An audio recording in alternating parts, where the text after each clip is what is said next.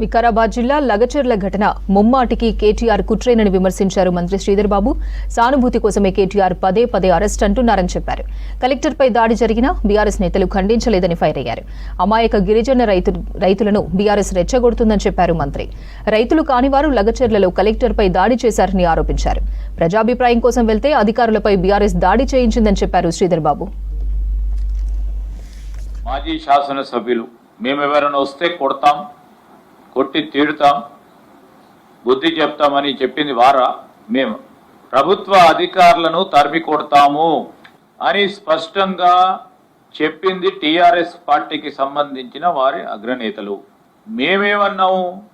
ప్రభుత్వ అధికారులకు సంబంధించి భయాందోళనకు గురి చేసి చితుకబాది చంపే ప్రయత్నం చేయటం ప్రజాస్వామికంగా దాన్ని మీరు ఖండించకుండా ఆహ్వానం పలుకుతూ స్వాగతం పలుకుతూ సంఘీభావం తెలియజేస్తా ఉన్న తరుణం రాష్ట్ర ప్రజలందరూ కూడా చూస్తూ ఉన్నారు. మేము స్పష్టంగా చెప్పడం జరిగింది, అమాయకులైన ఆ గిరిజన రైతు సోదరులకు సంబంధించి వారికి ఉన్న అనుమానాలు కానీ వారికి ఉన్న ఆలోచనలు కానీ వారి అభిప్రాయాలను తెలుసుకునే ప్రజాస్వామికమైన పద్ధతిలోనే పోతాం. రాబోయే కాలంలో కూడా వారిని అడ్డు పెట్టుకొని దాదాపు 15-16 మంది ఆ ప్రాంతంలో రైతు కాని వాళ్ళు కూడా బండలు విసరడం, వాళ్ళని అరెస్ట్ చేస్తే వాళ్ళని అక్కడ పోయి పరామర్శించడం జరుగుతూ ఉన్న సందర్భాన్ని ప్రజలందరూ కూడా గమనించాలి. ఒక కలెక్టర్ పైన దాడి, ఒక గ్రూప్ 1 ఆఫీసర్ పైన దాడి, చంపే ప్రయత్నం జరిగిందా లేదా స్పష్టంగా మేము చెప్పడం కాదు, టీవీలలో కనబడ్డాయి.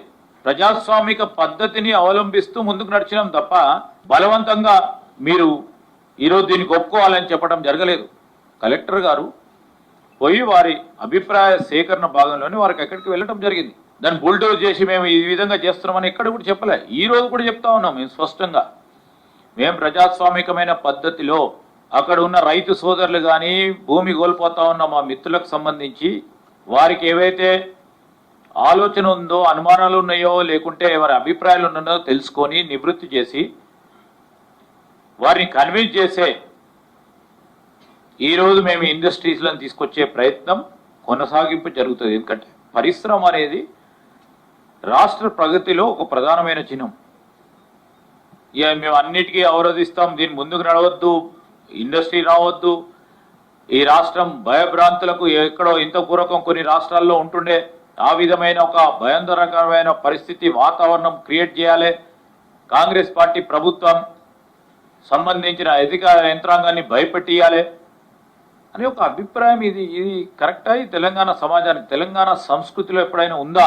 డెఫినెట్గా కనబడుతుంది కదా. అస్థిరపరిచే కార్యక్రమ భాగంలో బీజేపీకి సంబంధించిన ఒక సోదరుడు అంటాడు, ప్రభుత్వానికి సంబంధించిన ముఖ్యమంత్రి మీద తీసేపడుతూ ఉన్నాడు. దానికి దీనికి కరెక్ట్గా లింక్ కుదురుతా ఉంది. బీజేపీ టీఆర్ఎస్ చేసే ఒక ప్లాన్, ఇద్దరు మిత్రులు కలిసి చేస్తా ఉన్న ఒక ప్రయత్నం స్పష్టంగా కనబడతా ఉంది. ఇప్పుడు ఒక ప్రక్కనేమో వారు అట్లా మాట్లాడుతూ ఉంటే, ఇంకో ప్రక్కన మరి ముఖ్యమంత్రి గారి నియోజకవర్గంలో హింసకు ప్రోత్సాహం చేస్తూ ముందుకు నడిచింది ఇంకో పార్టీ.